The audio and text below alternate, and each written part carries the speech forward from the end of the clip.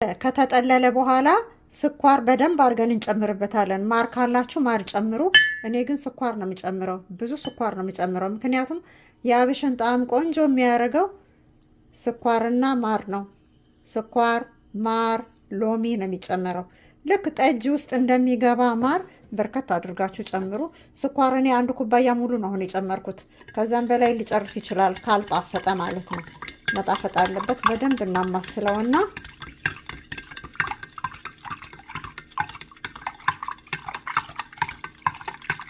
ማር በቀደም ስጠነስስ ስለጨመርኩኝ ነው ስኳሩን አሁን 1 ኩባያ ያደረኩት። 2 ኩባያም 3 ኩባያም ልትጨምሩ ትችላላችሁ።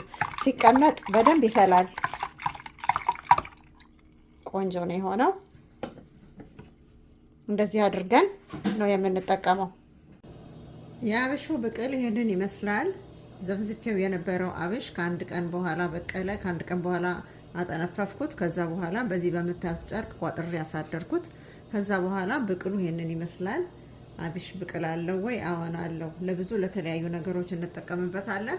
አሰጠዋለሁ። ከተሰጣ በኋላ ደግሞ ዱቄቱን እፈጨዋለሁ። የደረቀው የአብሽ ብቅል ሲደርቅ ይሄንን ይመስላል።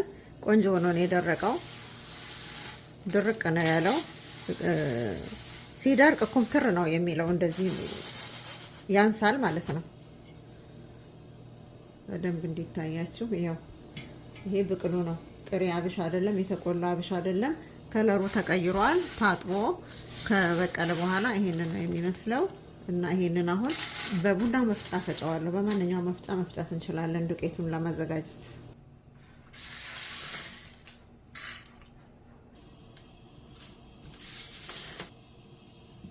አንዴ ነው የፈጫሁት። ዱቄቱ ነጭ ነው የሆነው። አብሹ ሲታጠብና ሲበቅል ዱቄቱ እንደዚህ ነው የሚሆነው። ይሄ ለአንድ ጊዜ ለመጥመቅ በቂ ነው። ምክንያቱም ተጠምቆ መቆየት ስለሌለበት ወዲያው እንዳይበላሽብን በዚህ መልኩ እንደዚህ አድርገን እናዘጋጃለን። የበቆልቱን ዱቄት ማለት ነው። በጣም ባይደቅም እንደዚህ ሽርክቱንም ቢሆን ስለምናጠላው እንደዚሁ መጠቀም እንችላለን። ከዛ አሁን የሚያስፈልገን ውሃ ነው። በዚህ በውሃ ውስጥ አድርገን እንበጠብጠዋለን። ግማሽ ጃር ነው ያደረኩት። ግማሽ ጃር ውሃ ነው ያደረኩት። አሁን 1 ኩባያ ነው የሚሆነው። የአብሹ ዱቄት 1 ኩባያ ይሆናል። ይሄንን በሙሉ ውስጡ ጨምረዋለሁ። በውሃ ውስጥ እንጨምራለን። ከዛ የሚያስፈልገን ማር፣ የዳቦ ካሜራ ወይም ደግሞ እርሾ ነገር ያስፈልገናል። እንዲፈላ ማለት ነው። ስኳር ያስፈልገናል። ስኳር 1/3 ካፕ ስኳር ነው ያዘጋጀሁት ለማፍላት ስለሚያስፈልገን። ማር ደግሞ ከግማሽ በታች የሚሆን ማር ነው ያዘጋጀሁት። አስፈላጊ ነው ማሩ። እንደውም ቢበዛ ላብሹ ቆንጆ ነው የሚሆነው። ማር በደንብ ጨምሩበት። ማር ወይም ስኳር ግድ ነው ላብሽ። ሌላ የሚያስፈልገን እኔ የምጨምረው የዳቦ ካሜራ ነው የምጨምረው። የዳቦ ካሜራ እርሾ በጣም ትንሽ፣ በትንሿ ማንኪያ፣ ካለበለዚያ አይፈላልንም። 1 ማንኪያ በቂ ነው። ከዛ ይሄንን እንበጠብጠዋለን በደንብ አድርገን።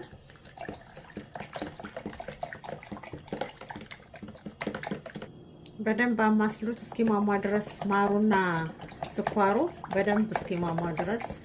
ከፈለግን እርድ መጨመር እንችላለን። መልኩን ማሳመር ከፈለግን ግማሽ ማንኪያ እርድ በትንሹ ሳይበዛ፣ ለመልክ ስለሆነ መልኩ እንዲያምርልን ከፈለግን ነው። አለመጨመርም እንችላለን። ግማሽ የሻይ ማንኪያ ነው ያደረኩት እኔ። ሮብም ይበቃዋል። ከዛ ሎሚያችንን እንጨምራለን።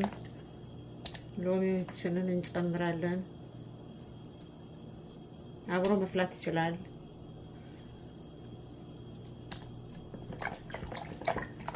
እንደዚህ ከቀላቀልን በኋላ ውሃ ሞልተን እናስቀምጠዋለን። በ12 ሰዓት ውስጥ ይፈላል። እስከ ማግስቱም ይፈላል ጥርት እስከሚል። ግን ትኩሱን እንዲሆን በ12 ሰዓት ውስጥ ይፈላል። በቂ ነው። እኔ ውሃ ሞላዋለሁ አሁን፣ ምክንያቱም ውሃ ያንሰዋል። እንደዚህ ነው የሆነው። በቂ ነው። ሲሞላ ደግሞ እንዳይገነፍል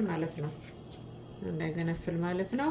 እንደዚህ አድርጌ ይሄ በጣም ብዙ ነው ጃሩ የሚይዘው። ትላንትና ማታ የጠነሰስኩት የጠመኩት ያብሽ ጠላ ወይም ያብሽ ቀሪቦ እንበለው። ዛሬ ደግሞ የጠጅ መስሏል ራሱ። አሁን ከ12 ሰዓት በኋላ ከፍተን እናየዋለን። ፈልቷል። ይኸው እንደምታዩት እንደዚህ ፈልቷል። ቆንጆ ሆኖ ነው የፈላው። ከ12 ሰዓት በላይ ወይም ደግሞ ከአንድ ሌሊት ወይም ከአንድ ቀን በላይ መቆየት የለበትም። አሁን አጠለዋለሁኝ። ማጥለል ነው ያለብን። ለማጥለል ይሄንን ከላይ ያለውን ሎሚ አነሳዋለሁ። ምንም ሽታ እንኳን የለውም። ይሸታል። አብሽ በጣም ነው ሽታው፣ አያስቀምጥም የሚባለው ነገር አሁን እዚህ ጋር አይሰራም። ምክንያቱም ሲጠመቅ አብሹ በቆልት ሲሆን ሎሚ ሲጨመርበት፣ ማር ሲጨመርበት፣ ስኳር ሲጨመርበት ያንን ሁሉ ነገር ያጠፋዋል ማለት ነው። አሁን አጠለዋለሁኝ። ማጥለልና መጠጣት ነው የሚቀረን። በእንደዚህ አይነት እቃ ስለሚመች በእንደዚህ አይነት እቃ አጠለዋለሁኝ። እንዴት ቆንጆ እንደሆነ ልነግራችሁ አልችልም። ቀረፋ ምናምን የምትወዱ ሰዎች ጨምሩበት፣ ግን ምንም አይሰራም። ማሩ ስኳሩ በቋል። አሁን አጠለዋለሁኝ።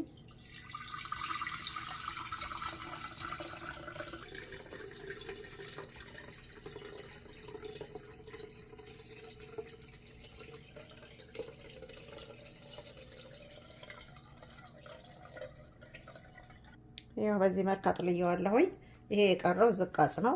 ዝቃጩ ያው ደግመን ውሃ መጨመር እንችላለን፣ ግን ባንጨምርበትም ችግር የለውም። ቅራሪ መሆን ይችላል። ነጭ ነው የሆነው አብሹ ራሱ የነጭ አብሽ ነው የሆነው፣ ስለታጠበና ስለበቀለ ማለት ነው። እንደዚህ አድርገን አብሽ ይጠጣል።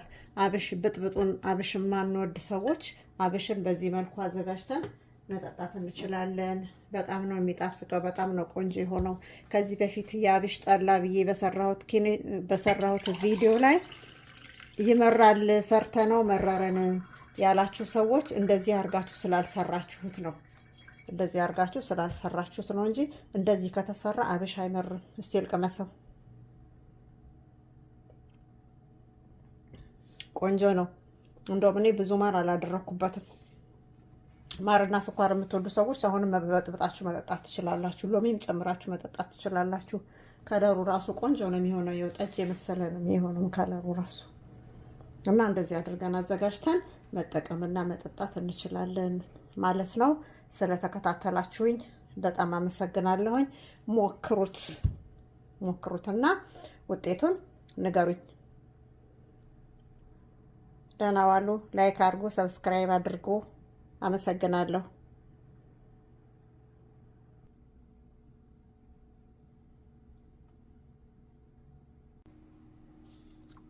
ቆንጆ ነው የሆነው። በጣም ይጣፍጣል። ስኳርና ማር ጨምራችሁ ጠጡ።